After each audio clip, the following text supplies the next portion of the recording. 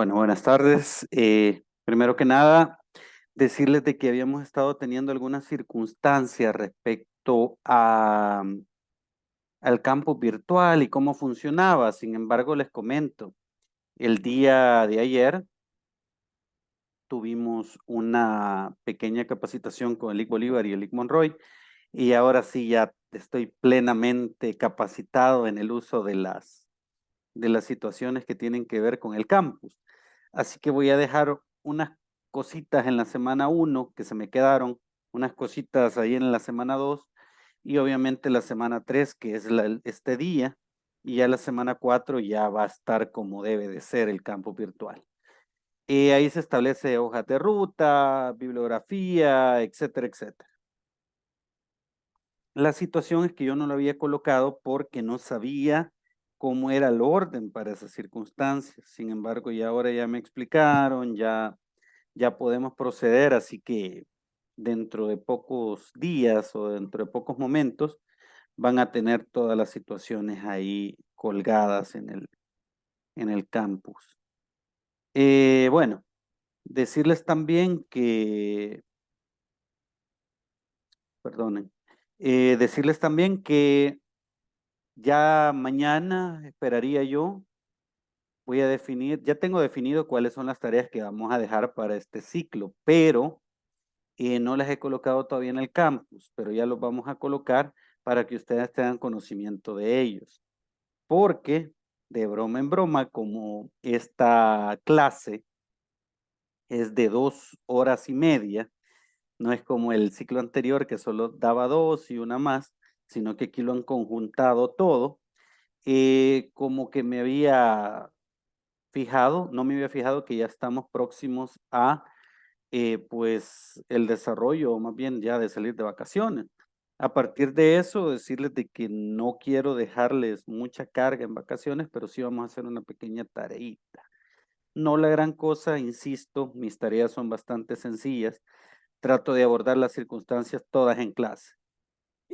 Otra cosa que también les quiero comentar, y eso sí es obligación, de que ustedes tienen un foro de consulta en el campo virtual.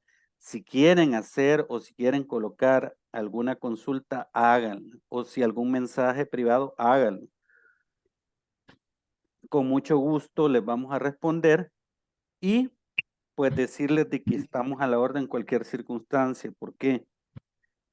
Eh, porque es necesario dejar claro eso debido a que el monitor virtual nos está, pues valga la redundancia, monitoreando en esa circunstancia. Voy a mutear acá a un compañero que estaba escuchando. Bueno, dicho esto, ya la primera clase comenzamos. Gerson, lo escucho. Buenas tardes, doctor. Mira una pregunta. ¿Y su parcial va a ser virtual? Sí, Ok. sí, va a ser virtual, según lo que me comentaron. Vamos a hacer al final del ciclo una actividad presencial, o no sé si para la segunda unidad. Estoy esperando a que me confirmen si la puedo hacer, porque es necesario también, o sea, es necesario. Pero los parciales sí son, ¿cómo se llama? Son de carácter virtual. Con los de quinto año vamos a hacer una actividad, los de primer año no es necesario hacerlo, pero con los de quinto año vamos a hacer un pequeño ejercicio en cierto momento donde voy a explicarles algunos aspectos metodológicos para hacer la tesis e incluso para la selección de la temática.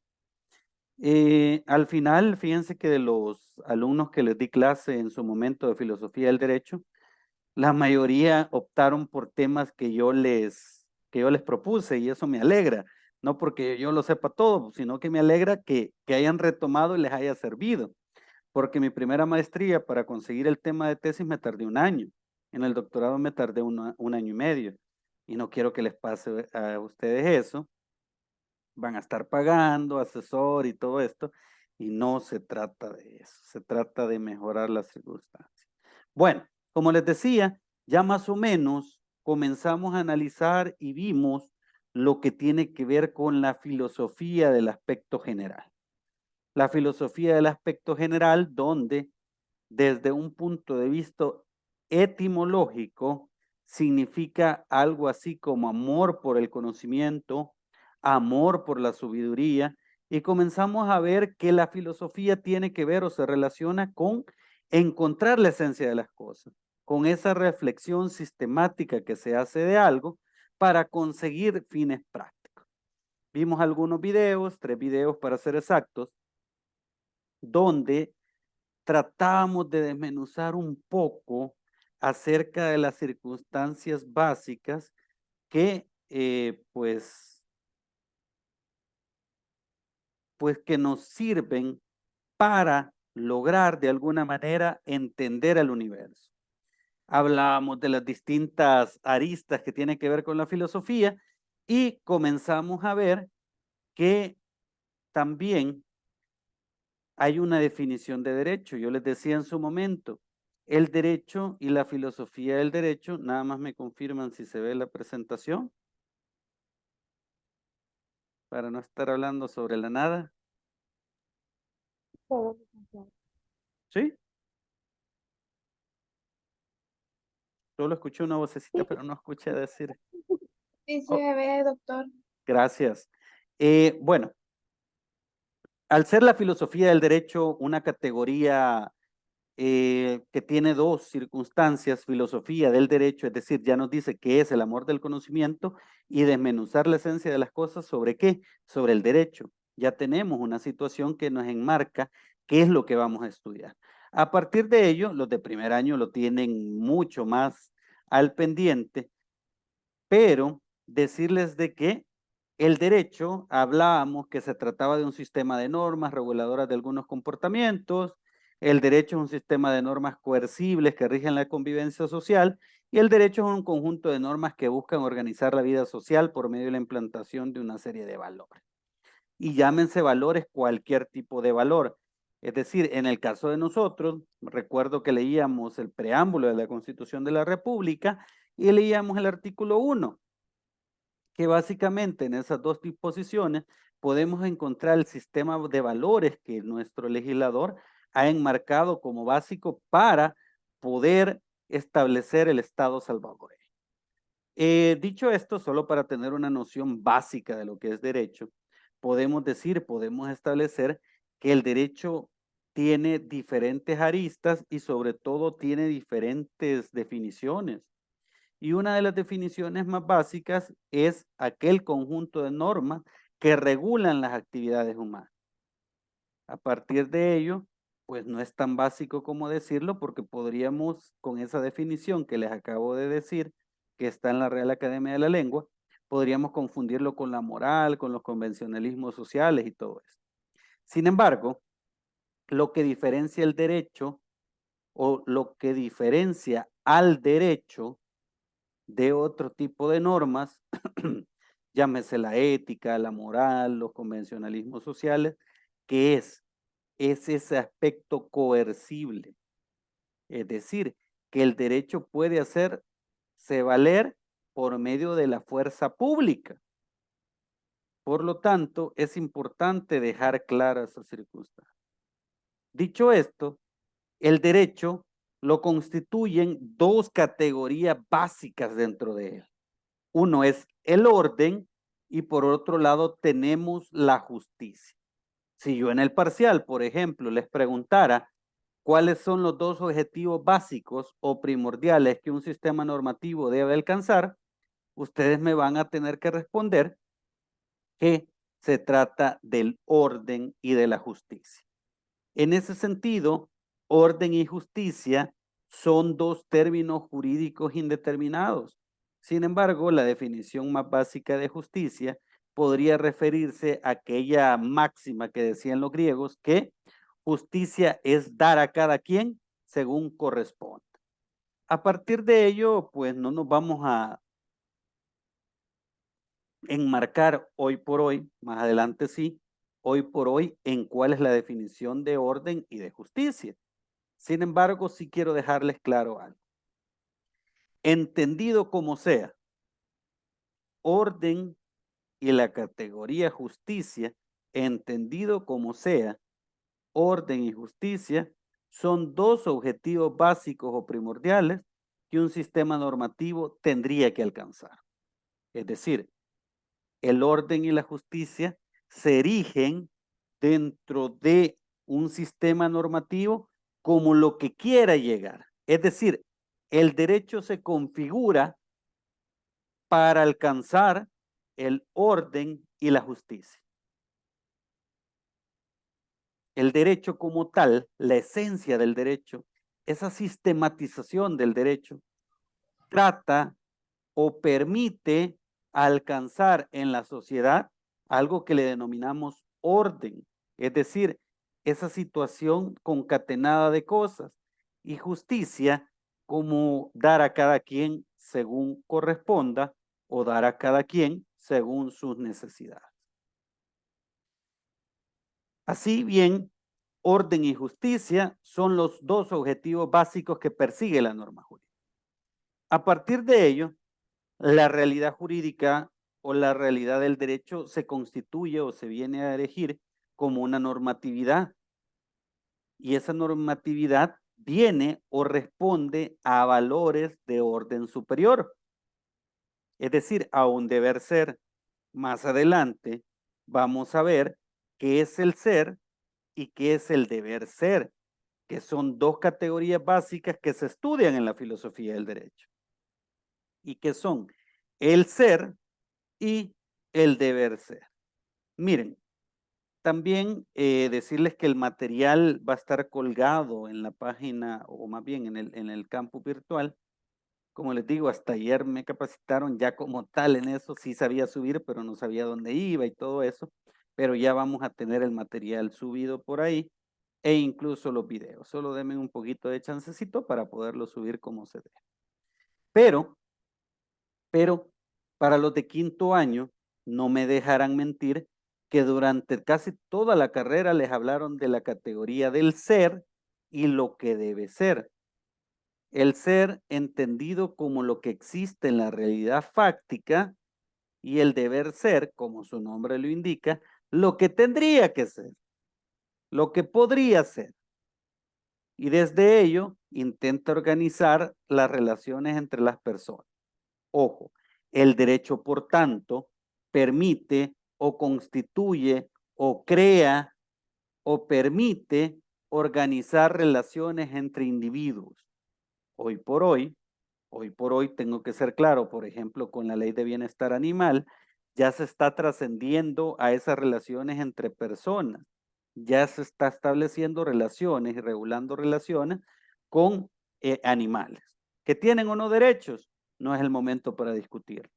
Hay aristas para decir de ambos lugares, pero ahí los dejo a su valoración total y absolutamente personal. Yo tengo una visión respecto a ello que esa ley de bienestar animal me gusta lo que regula en muchas de las partes, pero también considero un poco absurdo, llamémosle de alguna manera, o peligroso, que estemos llevando a la cárcel a personas por matar a un perro y si matan a una persona y se queda en el lugar, no se lo van a llevar preso o detenido. Así que hay mucho que hablar ahí. Lo vamos a hablar cuando hablemos de la esencia del derecho. Sin embargo, decirles que la realidad jurídica, o más bien el derecho como tal, quiere o su fin último es organizar las relaciones entre las personas. Y trata de crear o establecer, ya vamos a ver por qué les digo crear y establecer cuando hablemos sobre el derecho natural y el derecho positivo, pero estableciendo derechos y deberes de uno respecto de otro. Entonces, algo que quiero dejar claro, que ante un derecho siempre va a haber un deber y ante un deber va a existir un derecho. Es una concreción básica de la realidad. Mucha gente dice, mire, pero es que no me respetan los derechos. Ok, y ya cumplió con sus obligaciones. No, ¿verdad? Ah, entonces, cumpla para que yo les pueda tutelar. Más adelante vamos a ver de que existe una cuestión que se llama control social y existe el contrato social. Es cuando yo, individuo, le digo al Estado, mire, aquí están mis libertades, Por lo tanto, cuídeme, protéjame. Yo ya le entregué parte de mis libertades. Así que ya no estamos en una circunstancia de las cavernas, sino que ahora usted, Estado, se ha sistematizado o se ha creado con el afán de proporcionarme derechos y que me den deberes. A partir de ello, quiero dejar claro eso, de que el derecho lo que crea es o intenta organizar las relaciones entre las personas, configurando por un lado derechos y por otro deberes.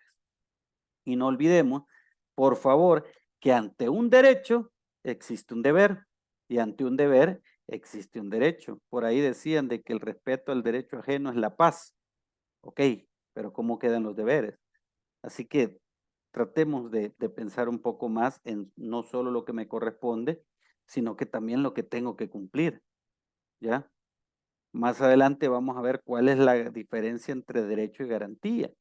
Ya vamos a ver que garantía es un mecanismo para proteger derechos. Ya entremos en materia. La filosofía del derecho es una ciencia o es una rama del derecho que se encarga de ciertas circunstancias, pero el término comienza a utilizarse a principios del siglo XIX. En los arbores del siglo XIX comienza una tendencia a hablar de la filosofía del derecho, a establecer la filosofía del derecho, a dejarnos claro la filosofía del derecho. Pero, como yo siempre les digo, de que no se trata de que esto sea un monólogo y también solo estarme viendo, que de hecho no es muy agradable, vamos a también ir configurando algunos videos que nos van a contribuir a analizar de mejor manera. Y este video nos explica qué es la ciencia jurídica y sobre todo qué es la filosofía del derecho como tal. Así que escuchemos, por favor.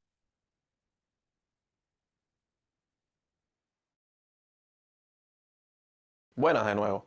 Como habíamos comentado en el video anterior sobre introducción al derecho, de lo que es el derecho y sus orígenes, esta vez estaremos hablando sobre qué es la ciencia jurídica y qué es la filosofía del derecho. Son dos disciplinas opuestas, pero que están muy vinculadas entre sí a la hora de aplicar el derecho y de cómo ha evolucionado hasta la actualidad. Así que si estás listo, vamos para allá.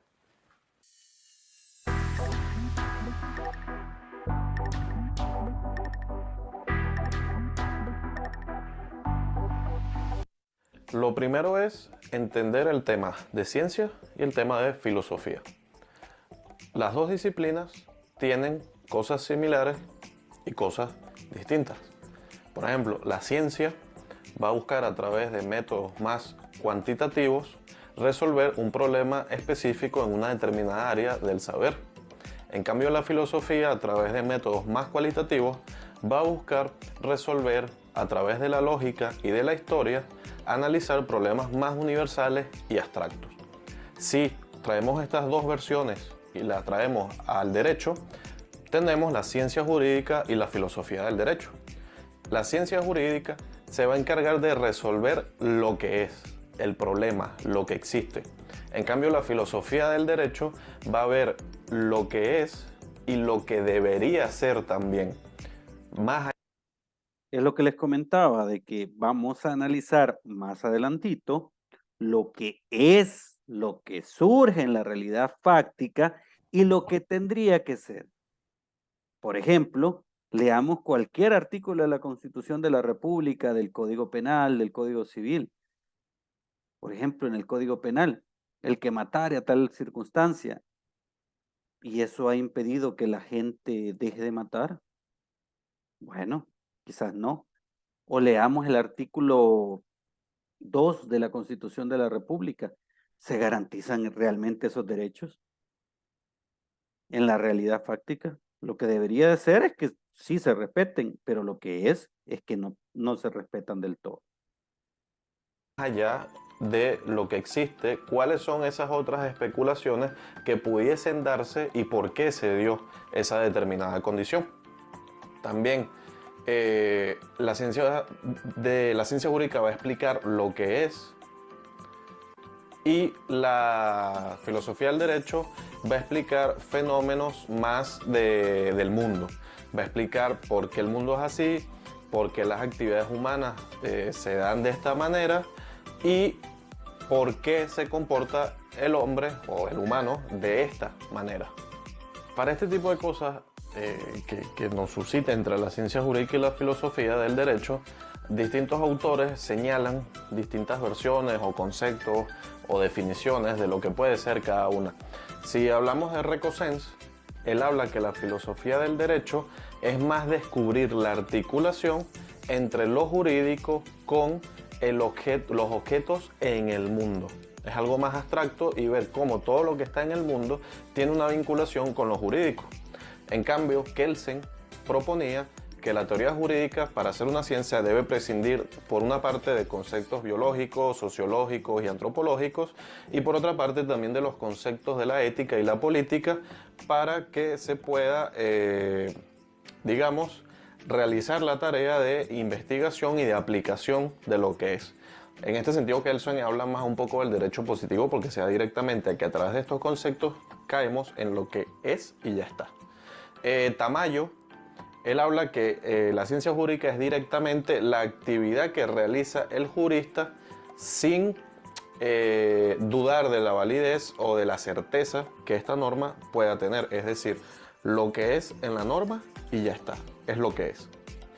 Ahora, cuando hablamos de esto de lo que es, la ciencia jurídica analiza directamente el derecho positivo. Es el derecho positivo, es decir, cómo está la norma, cómo está redactada, cómo está explicitada, sistematizadas y cómo tienen formalidades en sus vigencias y cómo han entrado en la legalidad, cómo han entrado dentro del ordenamiento jurídico.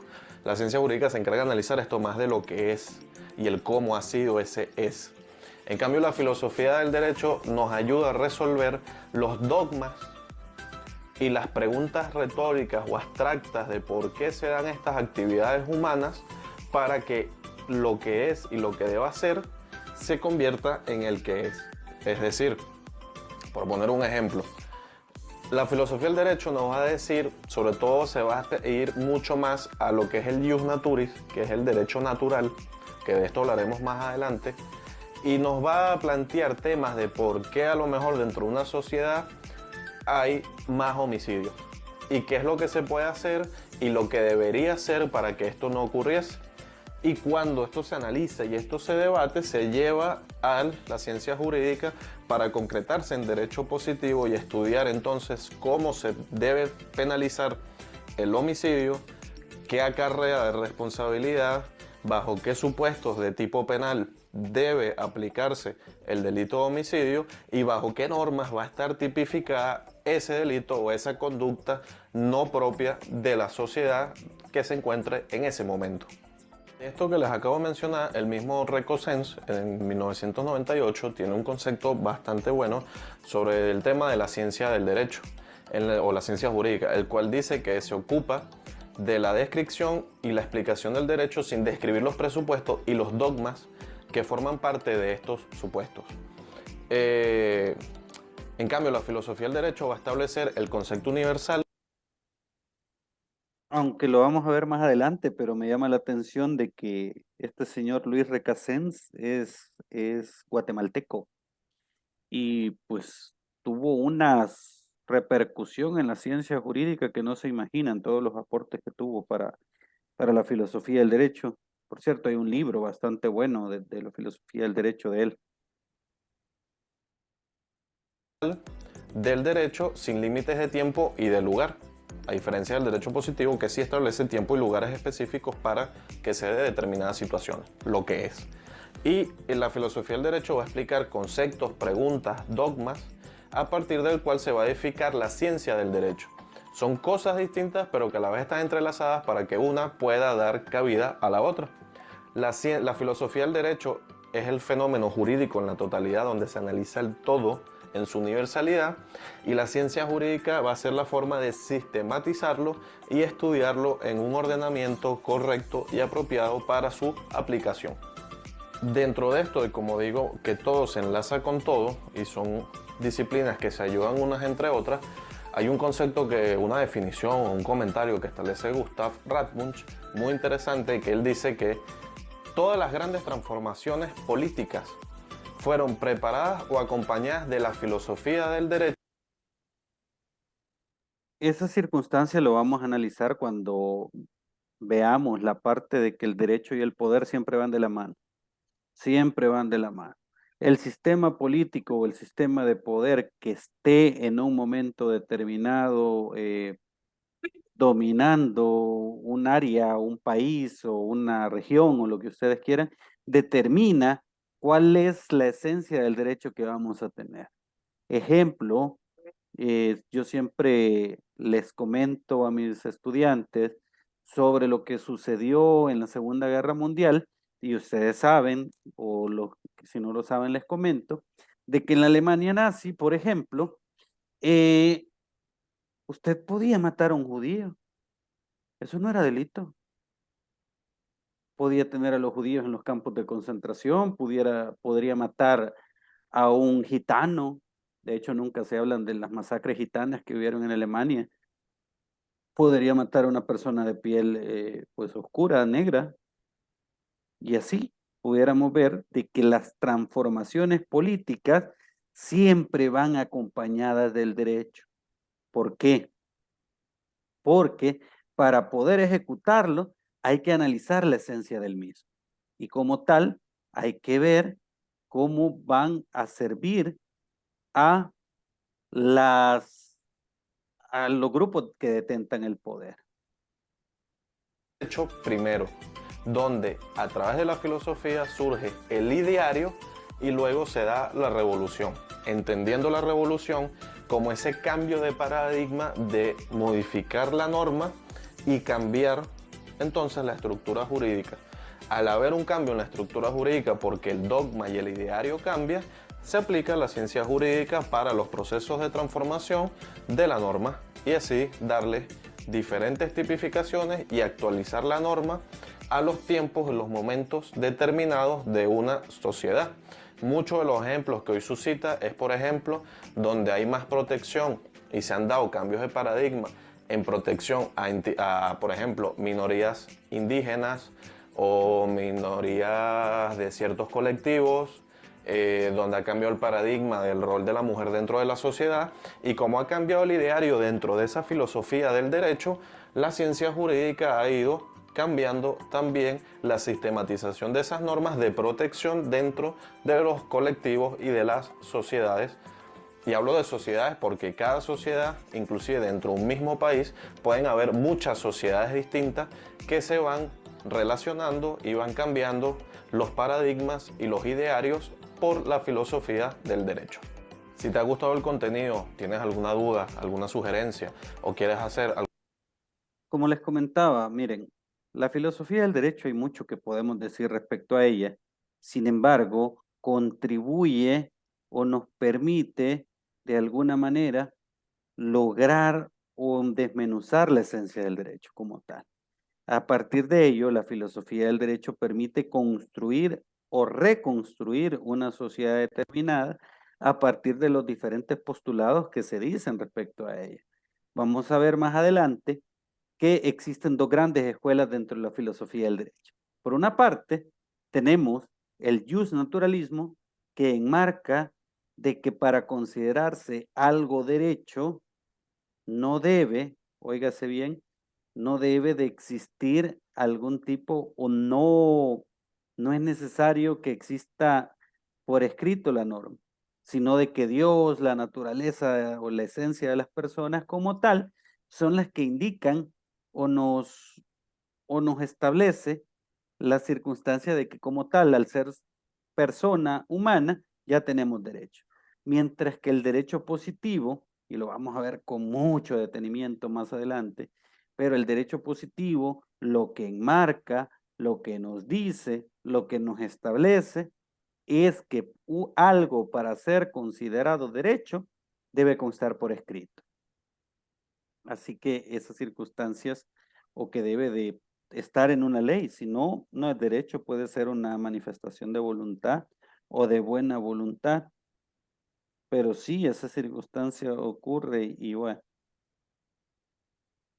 Así que el término como tal surge o comienza a surgir a principios del siglo XIX. Y algunos autores establecen o nos dicen que nos referimos con la filosofía del derecho a esa rama práctica de la filosofía, en un sentido lato, en un lato sensu, que tiene como objeto o propósito la reflexión sistemática de qué, de las diferentes teorías jurídico-contemporáneas. Así que aunque yo les decía de que era un poco difícil hacerlo práctico, pero vamos a tratar de hacer práctica la materia. Y tiene como objeto esa reflexión, esa sistematización, ese análisis sistemático de las diferentes teorías, diversas teorías jurídico-contemporáneas. Aquí vamos a ver el justnaturalismo, el justpositivismo, el utilitarismo, el positivismo clásico, el racionalismo jurídico, etcétera. Vamos a ver cómo ha funcionado a través de la historia y sobre todo cómo esas doctrinas tienen hoy por hoy incidencia en lo que estamos realizando. Así que, dicho eso, la definición primaria que podemos dar de la filosofía del derecho, que nos da el señor Óscar Osorio, que, bueno, ustedes ya lo conocen mejor que yo, que tiene un gran, llamémoslo así, diccionario de derecho, nos dice que es aquella rama de la filosofía que tiene como propósito el conocimiento, ojo, de la esencia y fundamento de la ciencia jurídica. Es decir, el porqué del derecho, porqué de la ciencia jurídica, para qué el derecho, para qué la ciencia jurídica. Eso es lo que persigue la filosofía del derecho. Entonces, para este autor, esta filosofía del derecho es una rama que tiene como propósito o por objeto el conocimiento de la esencia y fundamento de la ciencia jurídica, el por qué se crea una norma jurídica, para qué se está haciendo y hacer esa sistematización o ese análisis práctico del por qué y para qué del derecho. Ahora bien, otros autores sistematizan o nos hablan de que esta filosofía es una rama práctica de la filosofía como tal, que tiene como propósito esa reflexión, ese análisis sistemático de las diversas teorías jurídico-contemporáneas. Ya lo habíamos dicho. Y también a grandes rasgos podemos manifestar lo siguiente. La rama de la filosofía práctica, ojo, la filosofía del derecho no es teórica, es práctica y ya vamos a ver por qué, que se constituye por un saber de segundo orden que tiene como objeto el análisis desde el punto de vista histórico, formal, material, axiológico, teleológico. Explico cada uno. El análisis desde un punto de vista histórico, eso lo saben, es por medio de desmenuzar cómo las figuras jurídicas o las instituciones jurídicas han venido actualizándose a través de la historia. Formal, es decir, cuáles son las fuentes formales del mismo, es decir, los actos políticos, los actos jurídicos, las leyes que lo regulan, etc.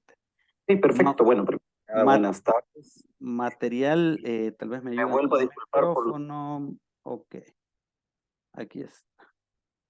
Entonces le decía de que la cuestión del ámbito material como material tiene que ver con esas circunstancias o hechos que dan origen a una ley. Ejemplo de ello, que dio origen a la Constitución Mexicana de 1917, perdón, 19, la Revolución Mexicana, que dio origen a la Constitución Bolchevique de Rusia de 1917, le dio origen la Revolución Rusa, que dio origen a la Constitución de 1950, las revueltas sociales que ocurrieron en los 40 con Maximiliano Hernández Martínez.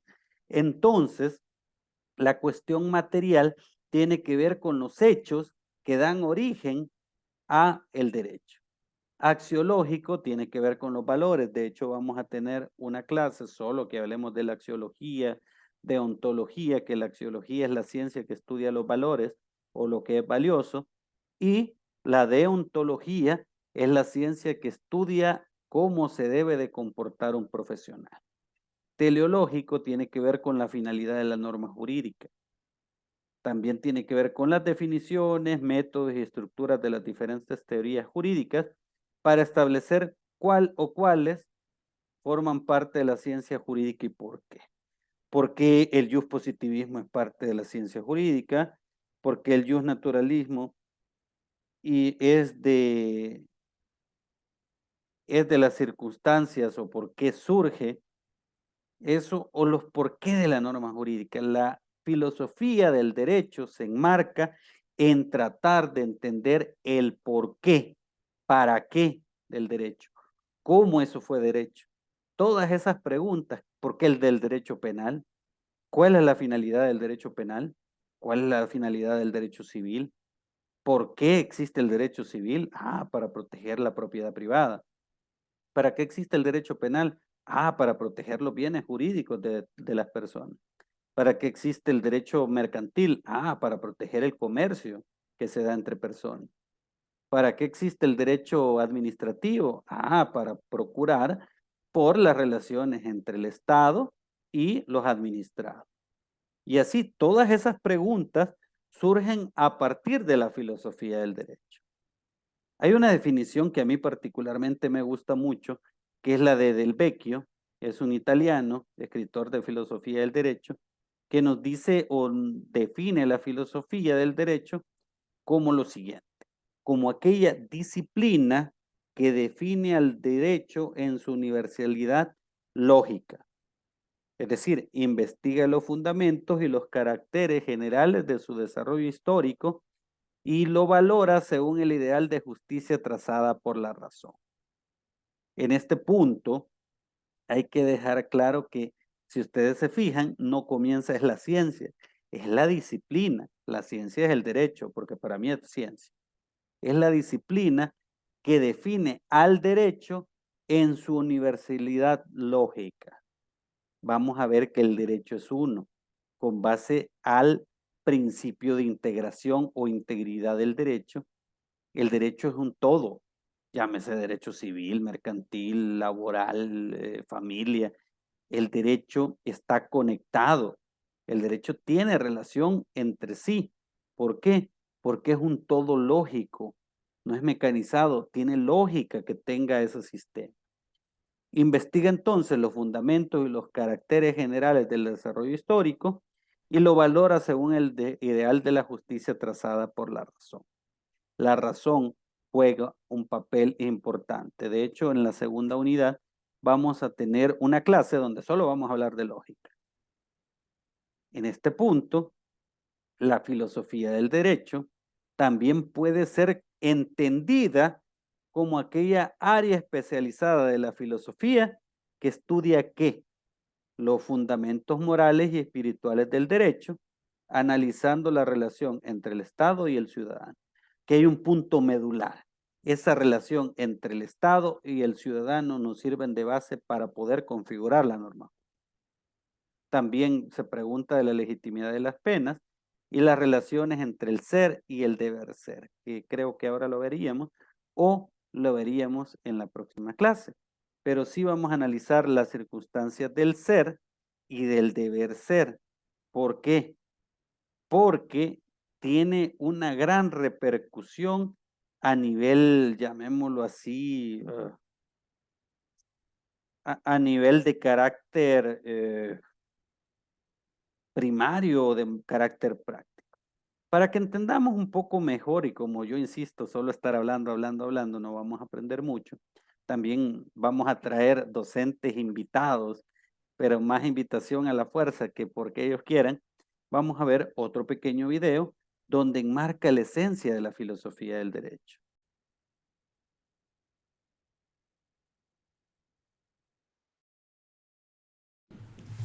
Pues muy bien, muy buenas tardes, bienvenidos a la Universidad Iberoamericana. Pues muchas gracias. Estamos aquí con el doctor Juan Federico Arriola, con formación como jurista y como filósofo, y nos va a hablar de la filosofía del derecho. Doctor, mi primera pregunta sería, ¿qué es la filosofía del derecho y cuáles son sus principales problemas? Bueno, la filosofía del derecho es una disciplina que hace converger y une a la filosofía del derecho. El derecho tiene un basamento lógico, ético, axiológico. La filosofía del derecho para mí es el raciocinio sobre las normas jurídicas, sobre su naturaleza, alcance y fines. Los principales problemas de la filosofía del derecho tienen que ver con la política, más que con las normas jurídicas, aunque ciertamente, evidentemente la filosofía del derecho tiene problemas que atender en el ámbito normativo. Pero más allá de lo normativo, el problema está en la política, en el sentido de que no podemos concebir la filosofía del derecho en abstracto, sino siempre se da en un ámbito político. Es decir, en filosofía del derecho también tenemos que preguntarnos el quehacer de los jueces, de los legisladores y de los gobernantes. Un primer punto es si las autoridades y también los gobernados, o sea nosotros, tenemos la voluntad de obedecer el orden normativo. Platón en su último diálogo en las leyes se hace esta pregunta: ¿cuál es el origen de vuestras leyes? ¿Los hombres o los dioses? Entonces, claro, la filosofía del derecho se pregunta sobre el origen de las leyes, se pregunta sobre la eficacia de las leyes, sobre el orden normativo. No todas las normas son iguales, aunque en derechos humanos hay que decir, y la filosofía del derecho en esto aporta muchísimo, el principio pro persona o pro homine está por encima del principio de supremacía constitucional. Es decir, hoy se puede aplicar una norma de tratado internacional, y yo diría también de una ley federal, si es lo que más le conviene a la persona. Entonces, la filosofía del derecho es un quehacer racional, estricto, concienzudo, importantísimo. Yo no puedo concebir el derecho sin un ejercicio filosófico. Ustedes se acordarán que Sócrates decía que una vida sin examen no vale la pena vivir. Bueno, pues eso yo les digo a mis colegas juristas. Un ejercicio jurídico sin pensarse no vale la pena. ¿Para qué estamos los juristas? Los notarios, los litigantes, los ministerios públicos, los jueces, que tenemos que ser abogados para estos cargos. En política, bueno, pues hay de diferentes carreras universitarias, pero los abogados siempre estamos presentes en el ámbito público, y en el ámbito privado no se diga. Entonces, la filosofía del derecho es una disciplina continua, no olvida los clásicos, por un lado, pero no se queda imbuida en la coyuntura. Esto es, digamos, mi primer acercamiento a la pregunta. Ok. Partiendo de esto, con lo que se ha señalado, parece que sugiere un compromiso ético la filosofía del derecho. Sí. A ver, el derecho no es completamente autónomo, como lo pensó en un primer momento Hans Kelsen. El propio Kelsen corrigió su teoría en Teoría General de las Normas. Si podemos leer de nuevo Teoría General de las Normas, constataremos que el derecho tiene una lógica y tiene una ética. Yo me acuerdo que, digamos, la primera aproximación que tuve con el derecho fue la lógica, es decir, el derecho es una forma lógica de pensamiento y de actuación. Si hay ilógica en las normas, no podemos pedir que no sea errático el ejercicio, es decir, hay una unión entre lógica y ética para el derecho y, por supuesto, la axiología. Cuando en derecho penal se habla de los bienes jurídicos tutelados, que se tutela la vida, la libertad, el patrimonio, la democracia, hablando de los tipos penales en la ley electoral, en fin, los valores, pues estamos hablando de axiología. Por eso el derecho no se puede separar de la filosofía. Cicerón, cuando escribió De Legibus, de las leyes, que considero que de alguna manera es una extensión de la República y de las leyes de Platón, tiene una idea muy bonita cuando dice: la disciplina jurídica no deriva de las 12 tablas ni de los edictos del pretor, sino de lo más íntimo de la filosofía. Eso es filosofía del derecho. Ahora, para los filósofos también la filosofía del derecho es importante, porque el filósofo, aunque no quiera, está en un ámbito jurídico y político. Entonces, las observaciones que haga el filósofo de la realidad no pueden soslayar el sistema jurídico. O sea, no le estamos pidiendo a los filósofos que estudien derecho, pero sí podemos pedirles a los filósofos que nos ayuden con su contribución. Y bueno, yo también como filósofo lo digo, tenemos que pensar el derecho hacia algo que se llama justicia. Si el derecho no es justo, pues, ¿cómo llamarle derecho?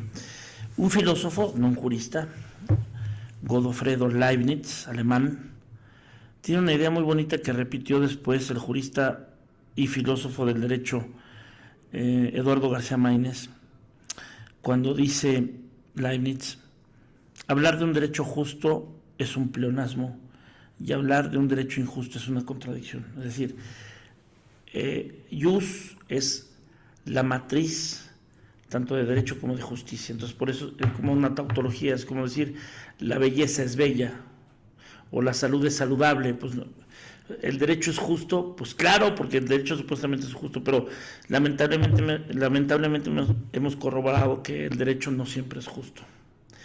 Llega a ser a veces una aproximación. Evidentemente no puede haber una sociedad sin normas jurídicas. Te lo diría, digamos, con la influencia que tengo de Aristóteles: el hombre es un ser normativo por naturaleza. Los seres humanos no podemos vivir sin reglas, no podemos vivir. Todas las agrupaciones, inclusive las agrupaciones delictivas, se manejan con reglas. Es decir, imponen horarios, prelaciones, o sea, hay un orden en todas las asociaciones humanas. O sea, no podemos vivir en el caos. Entonces, esta unión entre filosofía y el derecho es fundamental para las humanidades.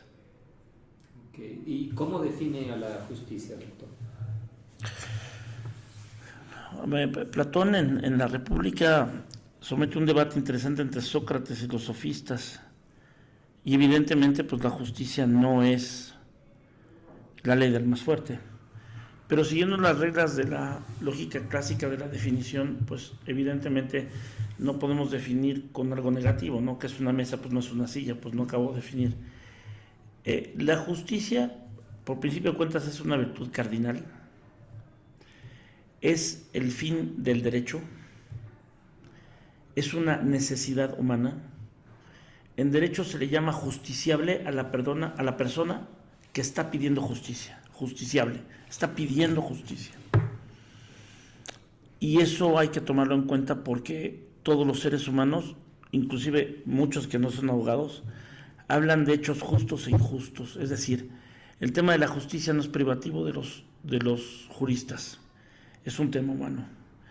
Y todas las personas tenemos derecho a emitir juicios sobre si algo es justo o no. Entonces la justicia, además, para mí es un valor, es un baluarte. No puede haber bien público temporal o bien común sin justicia. No puede haber paz sin justicia.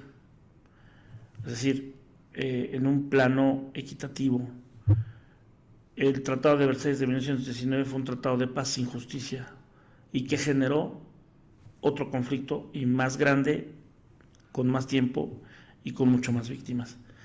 Entonces, por eso también se habla de justicia internacional.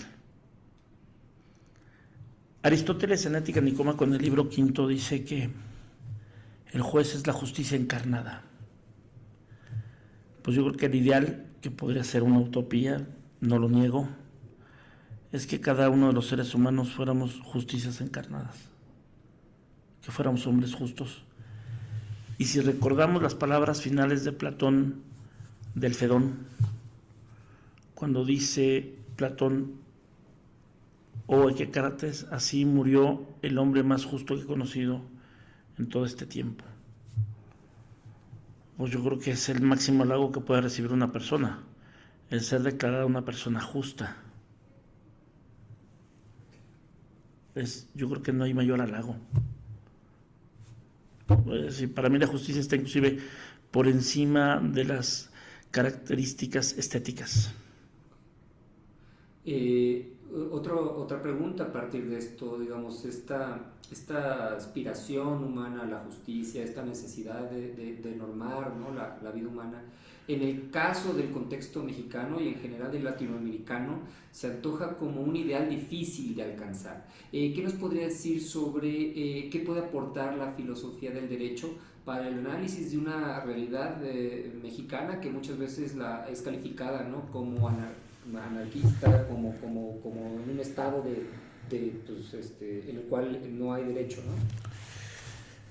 En su última aparición pública, Octavio Paz en Coyoacán en diciembre de 1997 decía: ojalá México encuentre a su Sócrates, es decir, a su conciencia.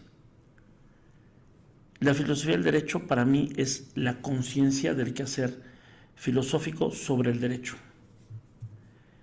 Y la filosofía del derecho no queda acotada a estudiar las normas, porque eso igual lo hacemos los juristas. El tema es ver la norma y compararla con la realidad. Es decir, el derecho vale en relación a que mejora la realidad, no que la empeora. O una norma muerta porque está completamente divorciada de la realidad. Entonces, la aportación del filósofo es ubicarnos en la realidad.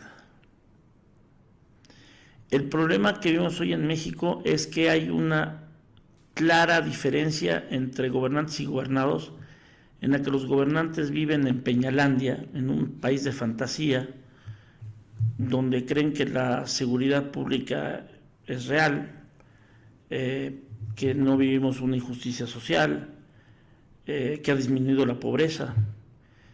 El filósofo tiene que hacer especial énfasis en la realidad. El filósofo nos tiene que decir esto es lo real. Precisamente por eso se ha hecho un mito del filósofo que está, digamos, en las nubes, está apartado de la realidad. Y no, yo creo que los filósofos sí debemos estar en la realidad, estamos en la realidad y necesitamos mejorar la realidad. Emerson decía que había dos tipos de idealistas: los que idealizan la realidad, que son los peores, y los que realizan ideales.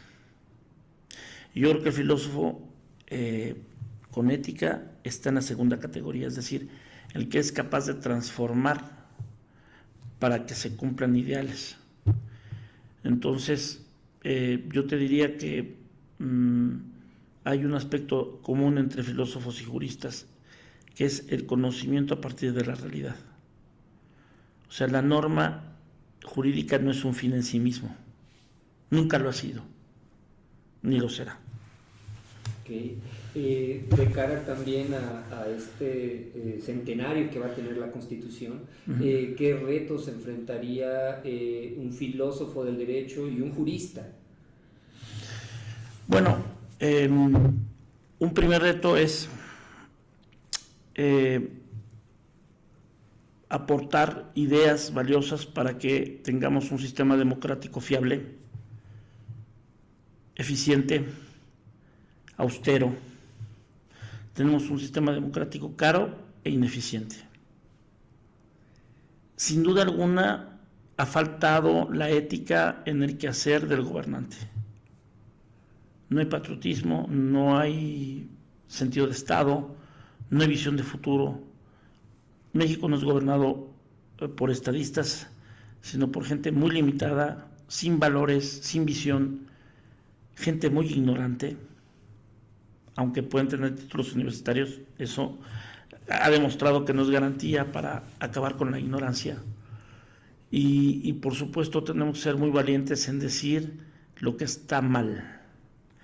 Pero si solamente decimos lo que está mal, vamos a quedar en sátira. Y México no requiere de sátira requiere de crítica. Entonces aquí necesitamos rescatar a Kant. Cuando Kant decía que, y esto es aplicable para la filosofía del derecho, lo cita muy bien uno de los mejores filósofos del derecho, Giorgio Del Vecchio, cuando decía Kant, tenemos que eliminar o evitar dos actitudes, el escepticismo y el dogmatismo, para hacer filosofía del derecho. Bueno, pues muy bien, si somos escépticos, pues no vamos a ir a ningún lado. Y si somos dogmáticos, pues vamos a quedar atrapados en unas ideas rígidas. Entonces necesitamos ser críticos de la realidad, de la normatividad, del quehacer público, de los discursos, todo. O sea, tenemos que mejorar todo. Tenemos que mejorar la normatividad. Vamos a revisar la Constitución, qué es lo que está bien, qué es lo que está mal. Tenemos que transformar la realidad, porque todos sabemos, que la realidad no está bien. Es decir,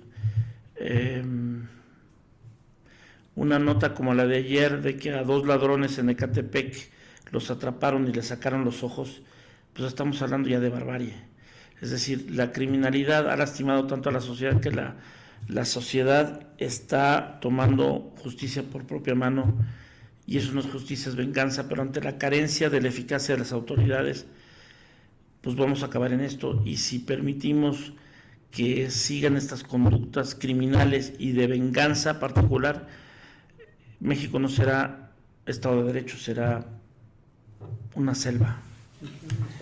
Una selva, un Estado fallido, que aunque no les gusta a los gobernantes el término, pues lo lamento muchísimo. Sí somos un Estado fallido. ¿Por qué somos un Estado fallido?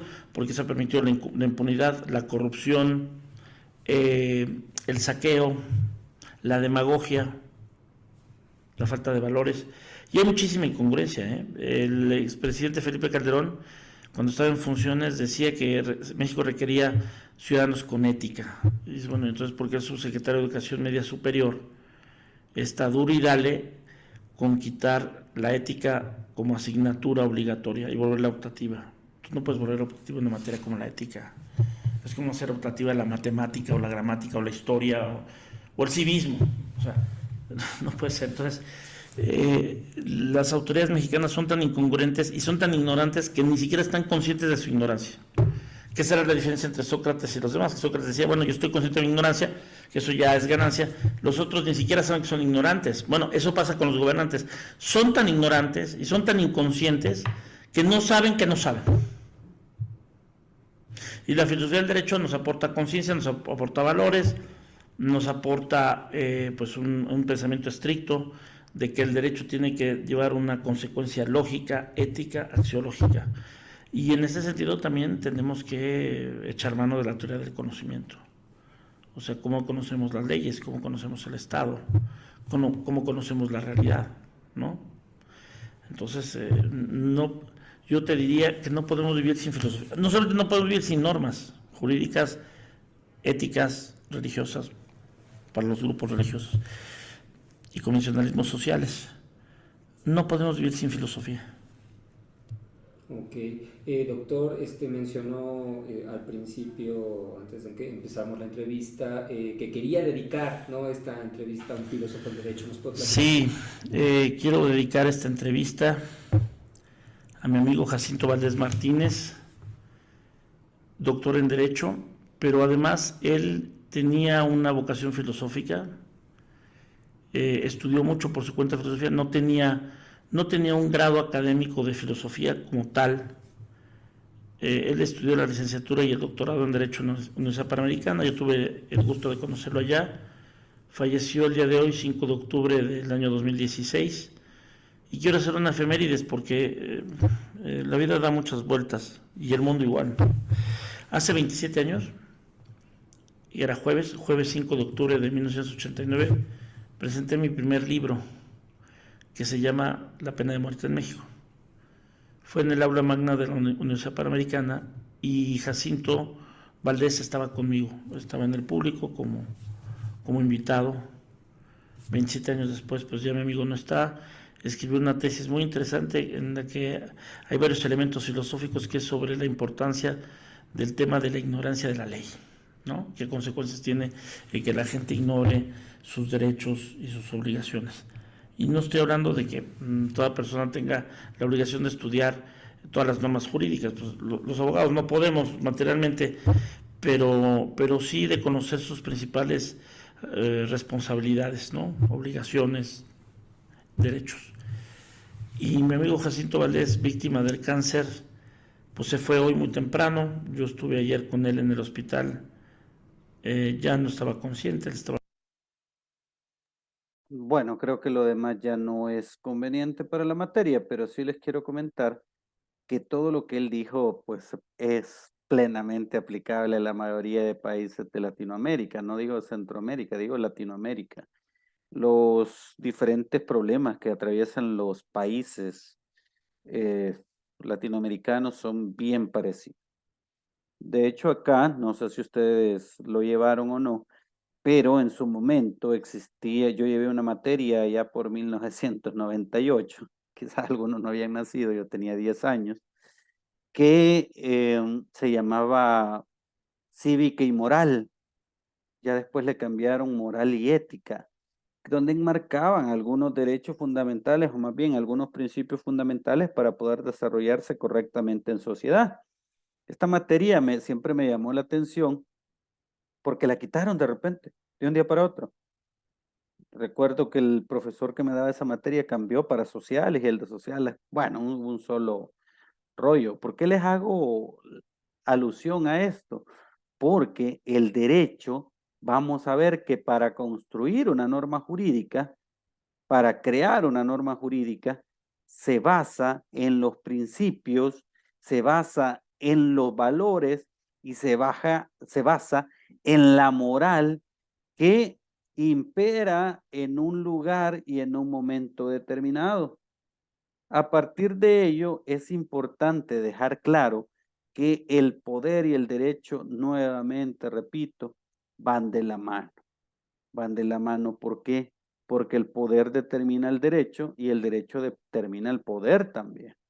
Las personas que ostentan el poder en un momento determinado pueden elegir o pueden realizar actividades como las que decía el ponente, de que un día para otro ya no dar la materia de ética y cambiarla por, no sé, cómo ser influencer, por decirles algo.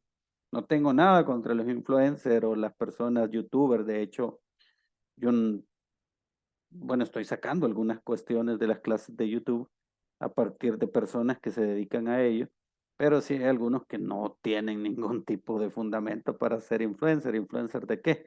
Bueno, a partir de ello, mejor aprender las circunstancias correctas o buenas. Y miren, la filosofía del derecho lo que trata de desmenuzar o lo que trata de decirnos es la esencia del derecho como tal, para qué se crean las normas jurídicas y cómo las circunstancias políticas podrían venir a determinar o a decirnos cómo el derecho va a responder ante cual o tal situación. En ese punto o en esa perspectiva, entonces surge la lógica de que la filosofía del derecho es un área especializada de la filosofía como tal, que se encarga o que estudia los fundamentos morales y espirituales del derecho. Ojo, fundamentos morales, es decir, el derecho se basa en circunstancias o se basa en valores, principios, normas de carácter moral, normas éticas y también sobre esos fundamentos espirituales, es decir, si usted lee el preámbulo de la Constitución, va a encontrar que como elemento espiritual es la creencia en Dios, aunque más adelante habla de que estamos ante un estado laico, pero desde el principio nos dice nuestra fe puesta en Dios. O sea, ya cree en que existe una divinidad. No estoy diciendo que esté malo o que esté bueno, simplemente quiero decirle que el derecho también arroja el tipo espiritual que se encuentra preponderante en un momento determinado. Es decir, no son las mismas leyes que podríamos haber tenido en la Santa Inquisición que las leyes que tenemos actualmente.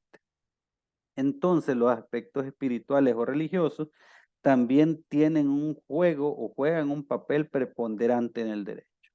Ahora bien, analizando la relación entre el Estado y el ciudadano, podemos decir de que el derecho lo que configura es un sistema de respeto, o más bien que el Estado debe procurar por el respeto de la persona humana o del ciudadano. Ojo, llámese hombre, llámese mujer, llámese cualquier orientación sexual que tenga. En este punto de vista es necesario decir que el derecho trata o procura por la relación que existe entre el Estado y el ciudadano. Esta relación,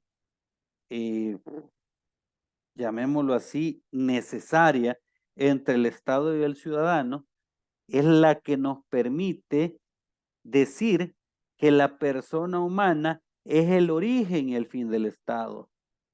A partir de ello, el artículo 1 de la Constitución de la República se lo refiere, pero también ustedes pueden encontrar lo mismo, solo que con matices un poco diferentes, pero la esencia es la misma, en el artículo 1, artículo 2 de las diferentes constituciones de países, por ejemplo, la alemana, por ejemplo, la Constitución de los Estados Unidos mexicanos, que le decimos México de cariño, pero realmente el país se llama Estados Unidos de mexicanos.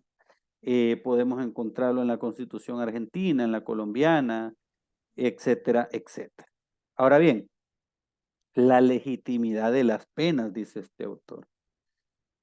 ¿Qué tipo de legitimidad de las penas? Y ahí voy a abrir el micrófono para el que quiera contestar. Les voy a plantear un caso. ¿Qué les parece que una persona mata a una familia de 5?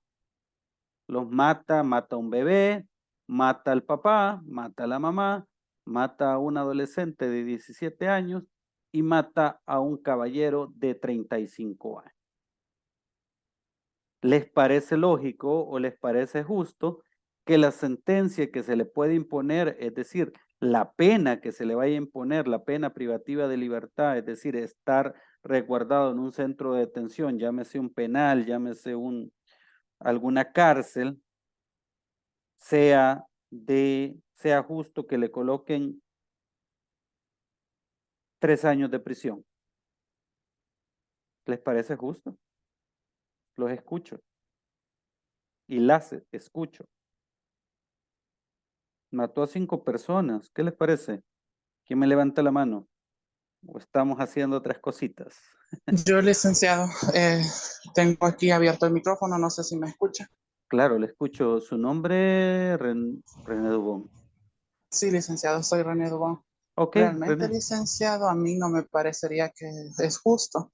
En primer lugar, porque realmente nosotros en nuestro país tenemos así, ¿verdad? En el Código Penal una pena establecida para lo que viene siendo el delito de homicidio. Digamos Y que no también existe. tenemos... Digamos que no existe. Vayámonos que Ajá. estamos en otro lado y que no existe pena para el homicidio que va de 10 a 20, el homicidio simple, y de 30 a 50 el homicidio agravado. Digamos que estamos en un lugar que no. Le consideraría justo 5 años. No, porque realmente sigue siendo esa pena un poco proporcional al delito que ha Exacto. cometido y por la cantidad de con sus acciones, ¿verdad? Casi no se le escucha, no sé si puede el micrófono ponerlo un poco más cerca porque casi no se le escucha. Le escucho ya al final, pero le escucho. Ajá, sí, lo que yo decía es que básicamente no me parece justo porque realmente esa pena no sería proporcional en base a la cantidad de personas a las que ha dañado o asesinado. Y realmente yo consideraría que merecería una pena más alta y más que otra. En otros países, por ejemplo, se podría aplicar incluso, aunque no está permitido, lo que está haciendo una pena de muerte, solo por la cantidad de personas a las que En otros países, ¿qué me dijo? Perdón, no lo escuché, se va el audio, como que hay un momento en como que se separa el audio. decía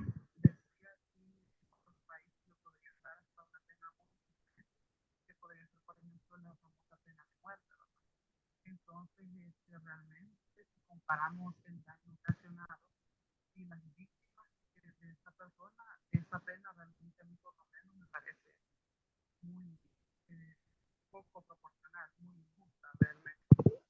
Ok, perfecto, muchas gracias. ¿Alguien más que quisiera comentarnos qué les parece? Doctor, perdón, yo consideraría de igual forma que no es justo. Y si en nuestro país nos tuviera estipulado una, ¿cómo decirle? Una pena para esos tipos de delitos, en ese caso que haya matado a 5 personas y no haya una norma jurídica que le imponga una sanción por el delito cometido, yo no lo creería justo. Y si a mí me dijeran, entonces, ¿usted qué haría en ese caso? Yo iría a lo que es el estudio de derecho comparado, Ujú. verificar cómo otros países solucionan estos tipos de delitos y cuáles son sus sanciones, porque para mí no sería proporcional darle un año de prisión por cada persona que asesinó. Entonces yo Exacto. siento que no sería legítimo darle un año porque no estaría, como decirle, valorando los delitos cometidos, pues. Y sí ocuparía eso de buscar en otras legislaciones de distintos países cómo ellos determinarían esas penas para yo poder así dar una respuesta, pues, y poder sancionar a esa persona. Ok, muchas gracias. Efectivamente. Andrés Ábalos ha levantado la manito, manita virtual. Sí, hola, buenas a todos. Buenas, buenas. Fíjese que a mí me gusta bastante la postura que tiene el economista Juan Ramón Rayo, español, sobre este tema. Sí. Él en su libro, bueno, en una de sus publicaciones habla acerca de esto, habla acerca del sistema penitenciario de las naciones.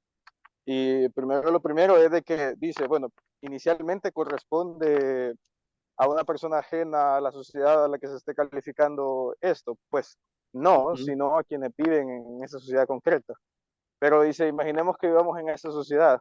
Y dice, bueno, lo primero es el interés o digamos la visión o perspectiva social que se tenga acerca de los bienes jurídicos que se protejan. Es decir, primero la consideración que hay que hacer para imponer una sanción es consideraciones de valor o consideraciones éticas del bien jurídico que se está violentando.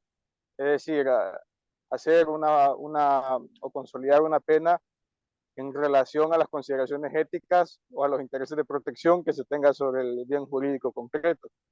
Pero él especialmente tiene un segundo planteamiento sobre esto, y este quizás un poco más político e ideológico, y dice, bueno, esto claro viene sesgado, él es liberal, y dice, bueno, en el liberalismo, dice esto, insisto, quizá una postura más ideológica, se valora mucho la consideración individual acerca de la recompensación en este caso, quien posee la comisión del delito hacia la víctima, la remuneración en este caso, de los costes sociales que podría tener la vulneración al derecho. Digamos, alguien mata a su familia, el individuo, en este caso, el individuo víctima, plantea él, tiene el derecho o la facultad de considerar de qué manera le va a retribuir, en este caso, quien comisionó el delito, los propios costes sociales o económicos que pueda tener el mismo.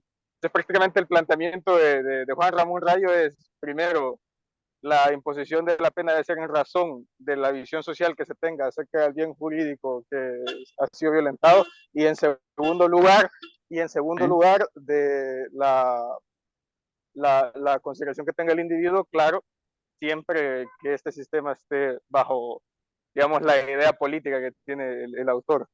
Esa me parece una muy buena, esto es un juicio personal, pero una muy buena sistematización de la imposición de penas a nivel global. Perfecto, Andrés, efectivamente, ya vamos a hacer un análisis general. Gabriela Ochoa, la escucho. Buenas tardes, doctor y compañeros. Buenas. Respecto a este caso que nos planteaba, realmente por pura lógica, creo que a la mayoría nos ha indicado de que sería completamente injusto. Y usted hablaba acerca de qué es la justicia, ¿verdad?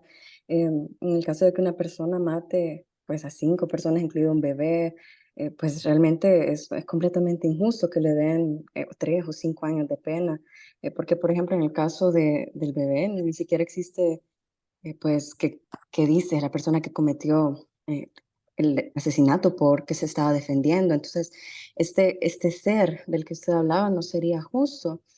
Ahora, hablando un poco más ya del derecho penal, pues tenemos que considerar el principio de proporcionalidad de la pena. Entonces, tiene que existir una relación entre la gravedad del hecho y el ius puniendi del Estado, que pues es referente al injusto del hecho, ¿verdad? Y que pues dependiendo de eso se va a castigar al individuo. E incluso en las sociedades primitivas, pues ellos aplicaban el derecho penal, pero a su manera, ¿verdad? En el momento histórico en el cual se encontraban y igual existían reglas de convivencia en las sociedades que pues protegían a sus habitantes de estos injustos. Así que pues yo consideraría que no también. Fíjense que todas las reflexiones que ustedes han hecho y que hemos hecho en este momentito, eso es filosofía del derecho. Me tratan de legitimar de que no es justo porque no corresponde a los bienes jurídicos que se han vulnerado. Para los de primer año, bien jurídico es algo así como algo que la ley le da una protección mayor a los demás derechos que tenemos. Y los bienes jurídicos, por lo general, están protegidos en el Código Penal.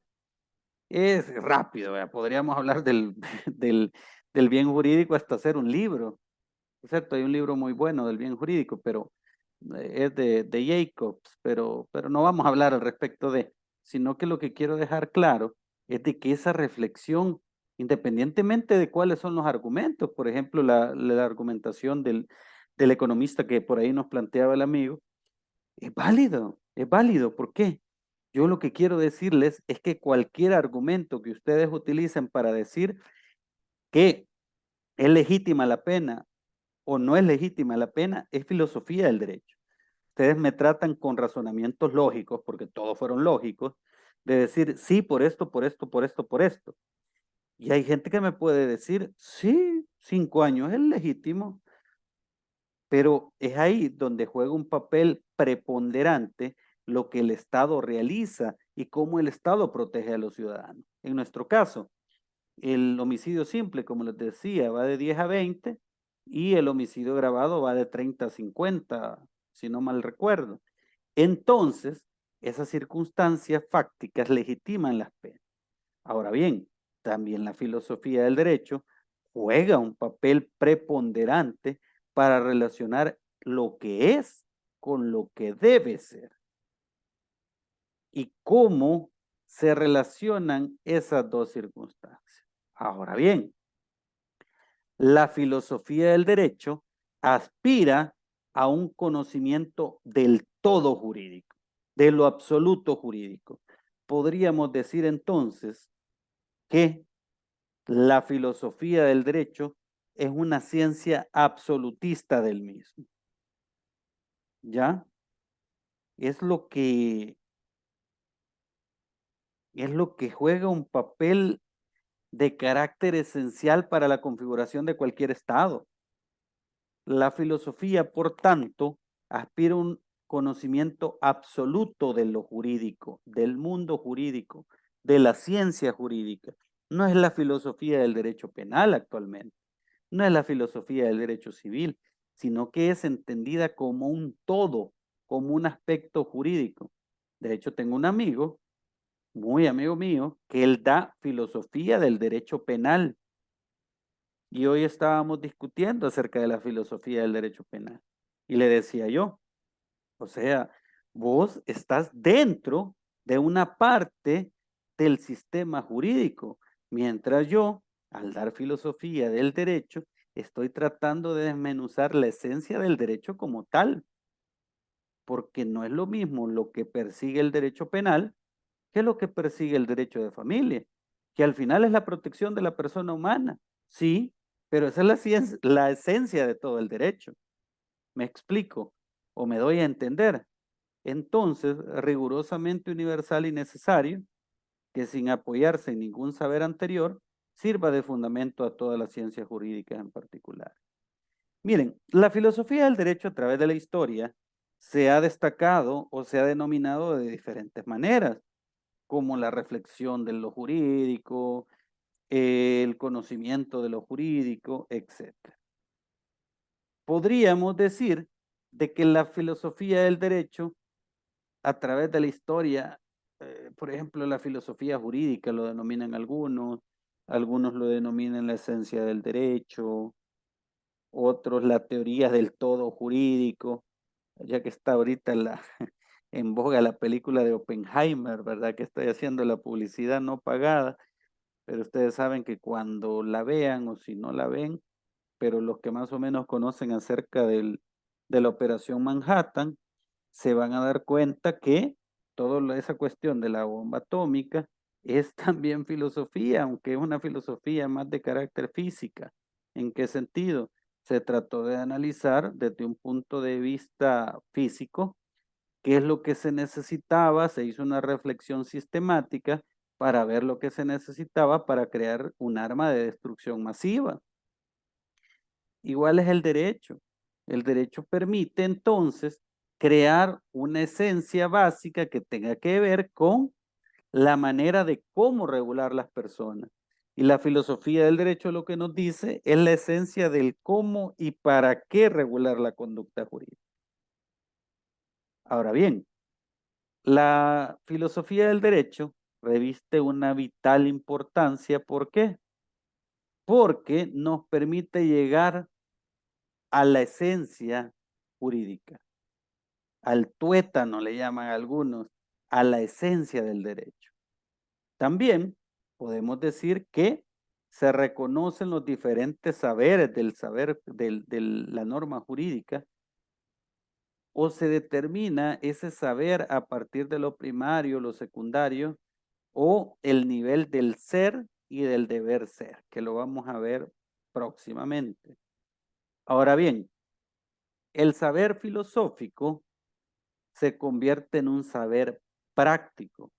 ¿De qué sirve solo saber cuál es la esencia del derecho penal? ¿Cuál es la esencia de la ciencia jurídica como tal? ¿Para qué sirve eso si no lo vamos a poner en práctica? O no lo vamos a llevar a una práctica, aunque sea de carácter normativa del ser, del deber ser, perdón. Entonces, esa reflexión filosófica se concretiza en la creación de normas, en la creación de políticas públicas, y todo juega un papel preponderante. ¿Para qué? Para configurar o tratar de configurar la correcta relación entre las personas. Esto que viene es sumamente importante. La filosofía del derecho lo que permite es crear una actitud crítica valorativa del jurista. Lo que ustedes me acaban de decir respecto a la pena que yo les decía por los 5 homicidios y 4 homicidios y un feminicidio, es lo que yo les decía respecto a esa actitud crítica. Ustedes me decían, mire doctor, a mí no me parece esto, o mire, no me parece por lo otro, no me parece por lo otro. En ese sentido, ustedes, a partir de eso, si bien es cierto, no es sistemática, pero están valorando críticamente lo que yo les decía. Incluso yo hice una valoración respecto a la ley de protección animal o del bienestar animal, de que si era lógico que se llevaran preso a alguien por matar un perro, un gato. Es mi valoración, que yo creo de que sí está bien que se castigue a la gente que haga maltrato animal, claro que sí, pero llegar a los extremos de que matar un perro es más importante que matar a una persona, es complicado, es complicado. Entonces, esa actitud crítica valorativa del jurista es importante. Incluso todas y todos los que estamos acá podemos decir el régimen de excepción es bueno o podemos decir el régimen de excepción es malo. Va a depender de su valoración crítica y su capacidad de argumentos para poder determinar si es malo o es bueno desde su perspectiva. Yo siempre he dicho que donde hay 2 abogados, hay 10 opiniones, ¿sí? Así que hay que tener claro la situación de que esa actitud crítica valorativa del jurista se fundamenta a través de las herramientas que vamos a ver durante toda la materia. Más adelante vamos a ver la argumentación de las sentencias, fundamentación de las sentencias, los valores, etc. Pero esa actitud crítica valorativa del jurista es sumamente importante. Por ejemplo, las que hicieron cuando me decían, no, mire, para mí esto. Esa valoración es lo que pretende esta materia. Ahora, también clarifica el lenguaje jurídico. Es decir, la esencia del derecho, o más bien, el derecho como tal, se puede esclarecer a partir de los estudios que hace la filosofía del derecho. Ejemplo, para los que están en primer año no lo van a saber, pero para los que están en quinto año no me dejarán mentir que a la regulación o a los delitos que se encuentran en el Código Penal se denominan o se llaman ¿cómo? Se llaman tipos penales. Tipo penal. Si usted escucha esa palabra tipo penal va a decir, bueno, ¿y eso qué es? ¿Es el actor de una película? ¿Qué? Si no tiene mucha circunstancia, mucha cercanía respecto a la cuestión jurídica. Pero no. El tipo establece o el tipo viene a dar las circunstancias que tienen que ver con el lenguaje jurídico. Ahora bien, en este punto de vista, las circunstancias, por ejemplo, las categorías básicas como prescripción, que para los que están en primer año les voy a contar así de manera rápida, que prescripción es el tiempo que otorga la ley para poder ejecutar un derecho. O sea, hay un montón de aristas más, pero para que lo conozcamos rápidamente. Entonces, clarifica el lenguaje jurídico. ¿Por qué? Porque la filosofía del derecho trata o permite desmenuzar la esencia de esas categorías básicas. Ahora bien, las funciones de la filosofía del derecho, ya lo vamos a ver. Pero antes, para seguir fundamentando la idea que traíamos, vamos a ver otro pequeño video que nos enmarca sobre o que nos da las pautas de los conceptos generales que enmarcan o embaucan, mejor dicho, la filosofía del derecho como tal.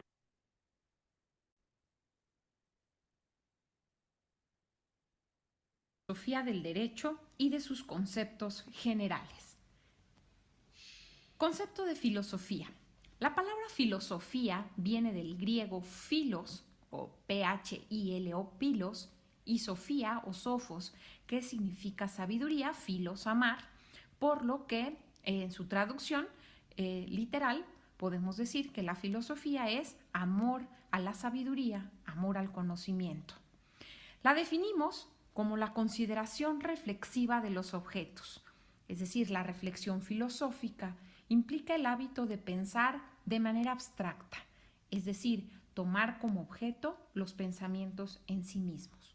Ejemplo, no voy a pensar en mi perrito Firulais, voy a pensar en el concepto abstracto de perro, qué es lo que hace a un perro perro, qué es lo que hace a un gato gato, qué es lo que hace al hombre hombre. La filosofía es una forma suprema del pensamiento, la actividad para alcanzar el pensamiento puro o alcanzamos el pensamiento puro a través de la reflexión. Antecedentes de la filosofía. La filosofía como reflexión moral aparece en el siglo IX o siglo VIII antes de Jesucristo en la Odisea de Homero, que narra las aventuras de Ulises después de la guerra troyana para regresar a su hogar. La filosofía aparece hasta que el pensamiento abstracto puede expresarse sin recurrir a personificaciones y cuando la comprensión del mundo es posible sin invocar la intervención de los dioses. Es decir, cuando acudimos a ese pensamiento animista, cuando hace erupción un volcán y pensamos que atrás de él está un dios, el dios Vulcano, está enojado. Pensamos que cuando hay una tormenta en el mar, está enojado el dios Neptuno. Debemos considerar que la filosofía debe desprenderse de esas personificaciones y esas invocaciones de las intervenciones de los dioses, como por ejemplo en nuestros días, cuando consideran un estado natural que es la muerte y la personificamos en este personaje coqueto que es la Santa Muerte. El origen de la filosofía occidental se ubica en Grecia con los pensadores clásicos. Algunos dicen que coincide con el surgimiento de la tiranía. Entre ellos está Hegel, el famoso Hegel, que dice que el intelecto se retira al mundo del pensamiento cuando la realidad se vuelve desdichada. La tiranía implica una forma de gobierno en el que el monarca o rey abusa de su poder y por lo tanto hay un reinado de terror, de corrupción, y ese terror y corrupción hace que la gente esté desdichada, según Hegel, y que esa desdicha les permita reflexionar filosóficamente acerca de su forma de Estado, de su forma de gobierno. Ubicamos también el surgimiento de la filosofía en el siglo VI a.C. con la obra del genial Aristóteles. La filosofía griega, en este sentido, tiene 3 áreas fundamentales de reflexión filosófica, que son la filosofía de la naturaleza o teoría de la concepción del universo o cosmovisión, como vemos el origen del universo, la filosofía humanística o de reflexión moral y el surgimiento de la lógica. Pasemos a explicar esas 3 áreas fundamentales de reflexión. La filosofía de la naturaleza abarca un periodo en la historia de la humanidad de los siglos 7 al siglo 4 antes de Jesucristo. Este tipo de filosofía trata de explicar el origen de los fenómenos naturales. Los primeros filósofos los explicaban a través de los arjés, u origen de todo el universo. Entre sus exponentes está Tales de Mileto. Para él, el arjé o el origen de todas las cosas es el agua. Para Anaxímenes, el origen de todas las cosas es el aire. Para Anaximandro, el apeirón, algo que posteriormente consideraban como el infinito. Para Heráclito, el fuego. Y para Demócrito, comenzamos ya a hablar de pequeñas células o pequeños átomos. Tenemos aquí un pensamiento de Tales de Mileto, que dice: la cosa más difícil es conocernos a nosotros mismos, la más fácil es hablar de los demás. Y la dejo aquí para su consideración y reflexión. Otra área sería la filosofía humanística. Esta comprende el periodo del siglo V antes de Jesucristo y entre sus exponentes está Sócrates y Platón. Este tipo de filosofía, la humanística, se encarga de estudiar la conducta humana. Recordemos que Sócrates hablaba de la humildad socrática: yo solo sé que no sé nada, o que lo que sé es muy poco en comparación con lo que debería saber. Y Platón habla del idealismo platónico, las formas ideales. De ahí que este tipo de filosofías es llevada hasta el derecho como el ideal.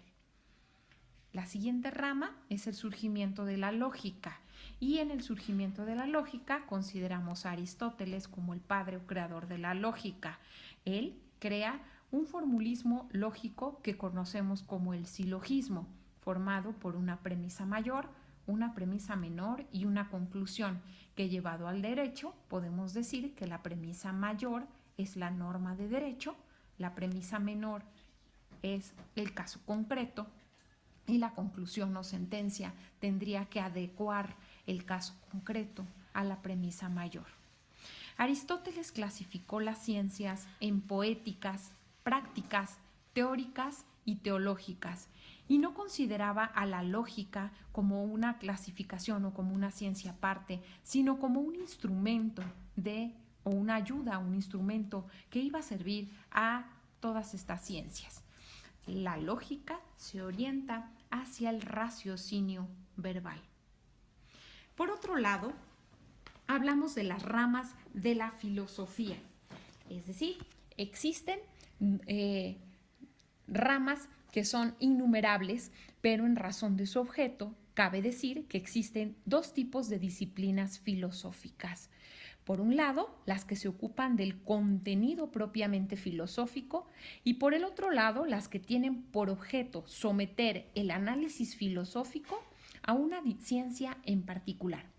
Entre las ramas filosóficas tenemos la lógica, la ética, la estética, la metafísica y la cosmología o teoría del universo. Más adelante hablaré de las ramas metodológicamente filosóficas, que son la filosofía de la ciencia, la filosofía del derecho, la filosofía de la historia y la filosofía política. Pero ocupémonos primero de las ramas de la filosofía. ¿Ok? Primero hablaremos de la lógica. La lógica tradicional se clasifica en lógica formal o simplemente lógica. Por aquí está la epistemología y la metodología. En cuanto a la lógica en sentido estricto, cabe afirmar que se encarga del análisis formal del pensamiento, de los principios formales del pensamiento, o para decirlo de otra manera, de los datos que son enunciados por proposiciones y cómo éstas se encadenan entre sí. Se refiere, pues, la lógica a un dominio que permanece interior a la actividad del sujeto. Es en este sentido que la lógica permanece referida exclusivamente a la actividad del sujeto y no se ocupa de interacciones con el objeto. La epistemología, por su parte, como otra rama de la lógica o teoría del conocimiento, estudia la significación objetiva del pensamiento en su referencia al objeto. Aquí sí, el conocimiento como una relación entre sujeto y objeto. La lógica estrictamente se ocupa solamente de la actividad del sujeto. La epistemología habla de una relación entre el sujeto y el objeto. Por último, la metodología, como rama de la lógica, en sentido general, estudia la estructura de los procesos cognitivos en los que se apoya la ciencia para alcanzar sus resultados.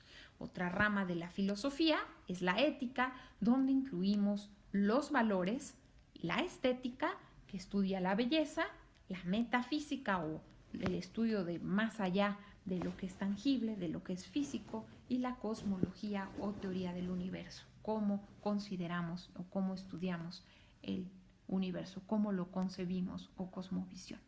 Ejemplo, en la medicina, una cosmovisión de la medicina era que la enfermedad se concebía antiguamente como el desequilibrio de los humores, y fue hasta que Vesalio abre Un cuerpo humano, donde hay una revolución en la concepción de la medicina y tenemos una revolución y un cambio de paradigma. Antiguamente pensaban que la sangre provenía del estómago, el estómago era el que producía la sangre, y bueno, hasta que viene un cambio de paradigma, ¿okay? Conocemos que la sangre se produce en la médula ósea. Las disciplinas metodológicamente filosóficas. En estas, la filosofía toma un objeto de reflexión, una materia de reflexión. Esas son la filosofía de la ciencia. Una vez que la ciencia llega a teorías, llega a conclusiones, bueno, esas conclusiones son objeto de reflexión filosófica y darán pie a nuevas hipótesis, a nuevos estudios, etc. Cuando el derecho es objeto de la filosofía, hablamos de la filosofía del derecho, que es la materia que nos va a ocupar. Cuando la historia es objeto de reflexión filosófica, hablamos de la filosofía de la historia, y cuando la política es objeto de reflexión filosófica, hablamos de filosofía política. Hasta aquí el concepto general de filosofía para llegar a la filosofía del derecho. Bueno, como ven, tiene un aspecto ahí general, pero vamos a analizar esta otra perspectiva, que quizás es más práctica para los fines que nosotros estamos buscando. Y es este otro, solo que...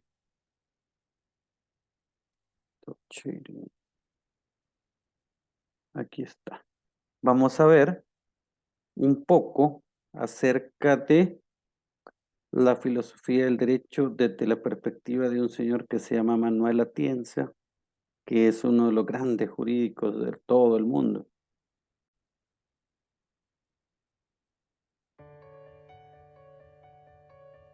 Mi nombre es Manuel Atienza y soy profesor de Filosofía del Derecho en la Universidad de Alicante, en España. Y esta es una idea, la que vamos a desarrollar, que han tenido Yigal Olivares y Dani Ceballos, y consiste en hacer una especie de pequeñas píldoras de filosofía del derecho que ellos han propuesto que se llame 3 minutos de filosofía del derecho.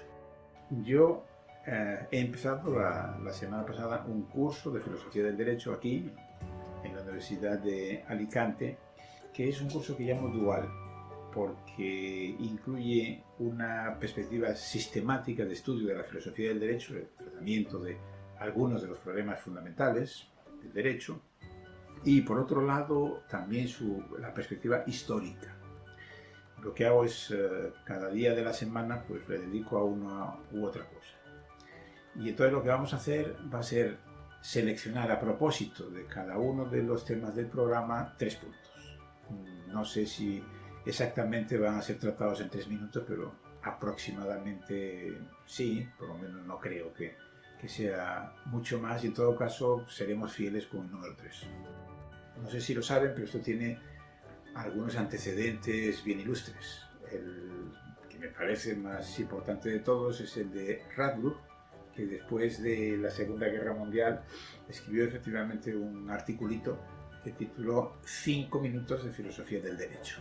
Entonces ella exponía de manera muy breve 5 puntos, y luego está también un artículo que escribió Ernesto Garzón Valdés. Disculpen, creo que hubo un pequeño inconveniente. Creo que esta es. Me va a disculpar, no tengo la licencia de YouTube.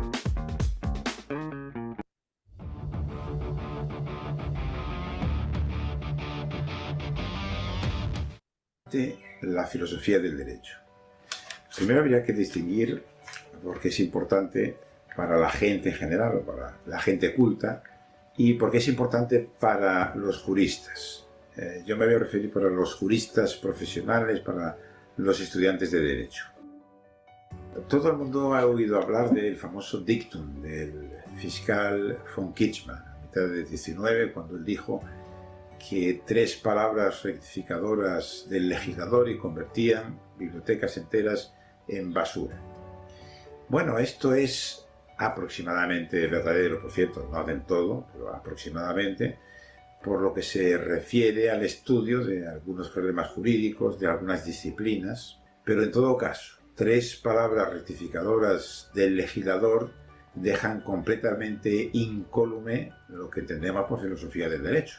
Por ejemplo, la teoría del derecho, lo que es una norma, su estructura lógica, los tipos de normas que se pueden distinguir, en qué consiste un ordenamiento jurídico, una laguna, una antinomia, la noción misma de justicia, etcétera, etcétera.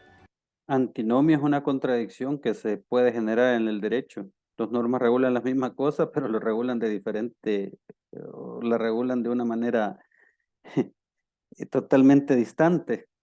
Así que esa, diríamos, es la parte más resistente del estudio del derecho, y la que por lo tanto tendría que jugar un papel muy especial para adquirir una formación jurídica.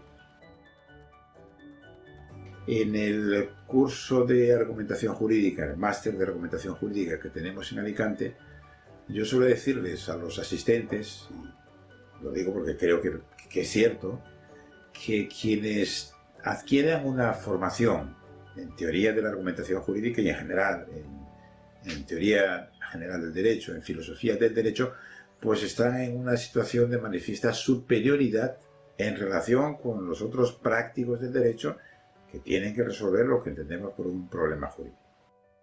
Realmente, cuando uno analiza cualquier problema jurídico, cualquier problema dogmático, cualquier problema que se le plantea a un abogado, Entenderlo bien significa conocer lo que es la interpretación, lo que es la teoría de las fuentes del derecho, etc. Para el abordaje de cualquier problema jurídico, estoy refiriendo a contestar a la pregunta de por qué es importante saber filosofía del derecho para un jurista profesional. Pues porque siempre también en su práctica las cosas, lo que dice el derecho no es exactamente lo que debiera decir, pero al mismo tiempo, para resolver bien un problema jurídico, el jurista tiene que plantearse la cuestión de cómo debería ser. Pongamos un problema de interpretación que tiene que resolver un abogado o un juez.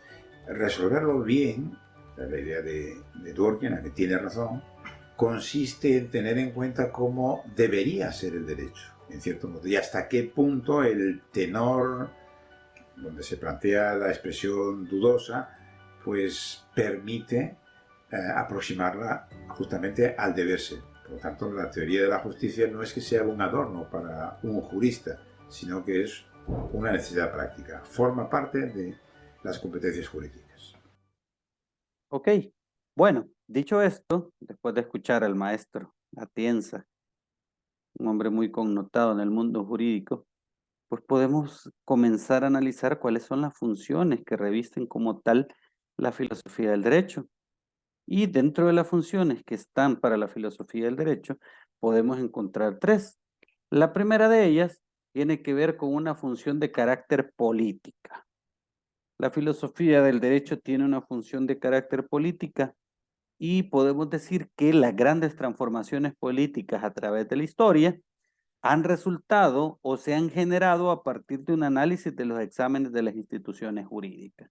Ejemplo, se me ocurre el caso que yo les comentaba acerca de la Constitución rusa, la Constitución, incluso la Constitución de Weimar, la Constitución alemana, que procura por los derechos sociales, también se crea a partir de transformaciones políticas.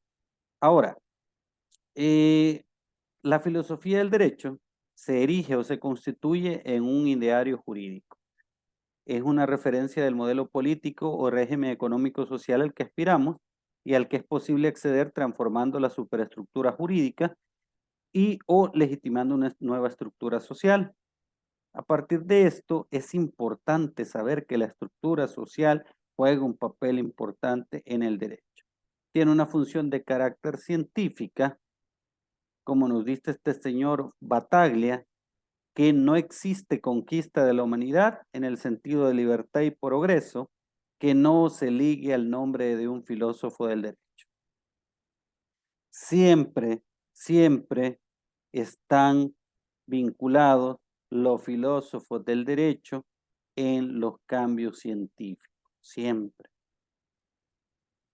Ahora bien, tenemos una función de carácter jurídica que desde la filosofía del derecho se han compuesto en evidencia los contenidos oprobiosos y abusivos de determinados regímenes jurídicos.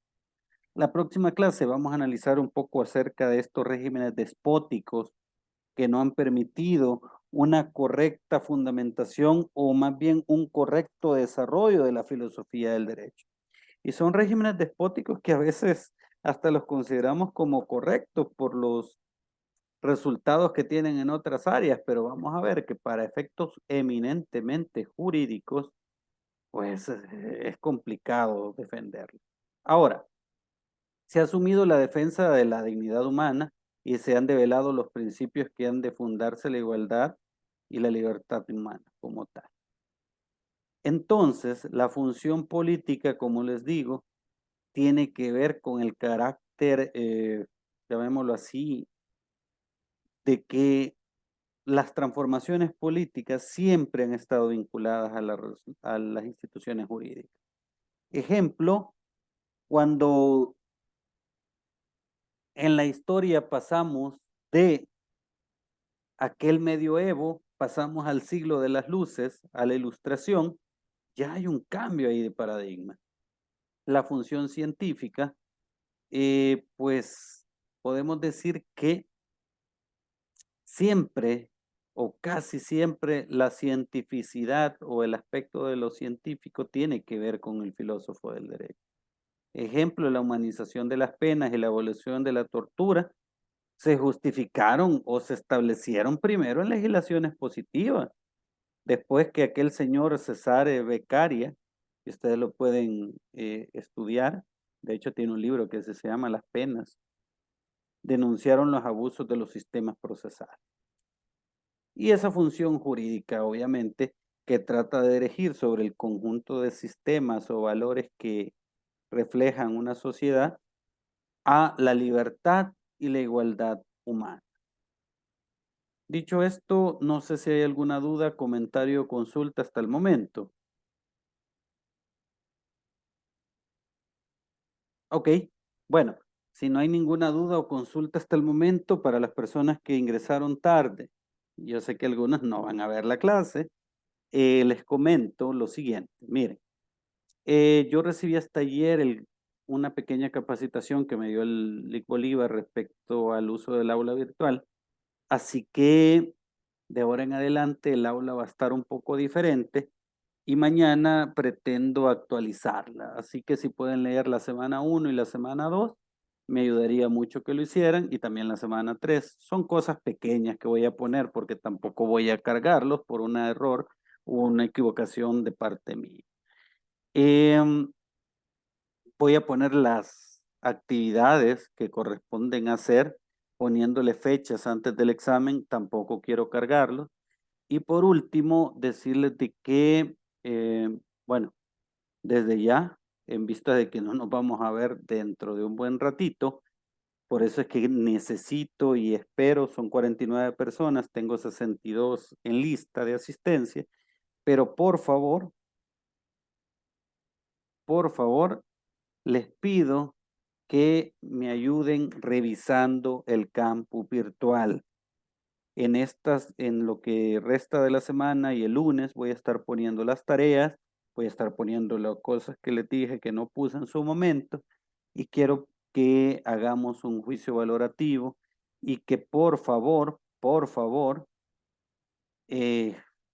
pues revisemos eso, lo revisemos, porque ya después, no, es que usted no me dijo, no, esta es una materia de carácter virtual, por lo tanto, vamos a usar el campus virtual para esos fines.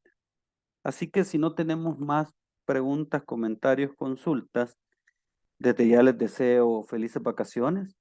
Van a tener un poquito de trabajo de mi materia, pero no es la gran cosa, pero sí lo van a tener. Y pues nada, cualquier situación, cualquier circunstancia, estamos a la orden y nos vemos hasta el jueves. ¿Qué sería? Quiero ver, no el 3, sino que allá por el 10 de agosto nos vemos. Así que pasen feliz noche, ¿ya? Y pues cuídense mucho, nos vemos. Gracias, doctor. Gracias. Gracias, Gracias, doctor. Buenas Liz. noches. Bueno, Gracias, doctor. Feliz noche. Feliz noche, gracias. doctor. Feliz noche. Gracias, doctor. Buenas noches. Buenas noches, Dinora.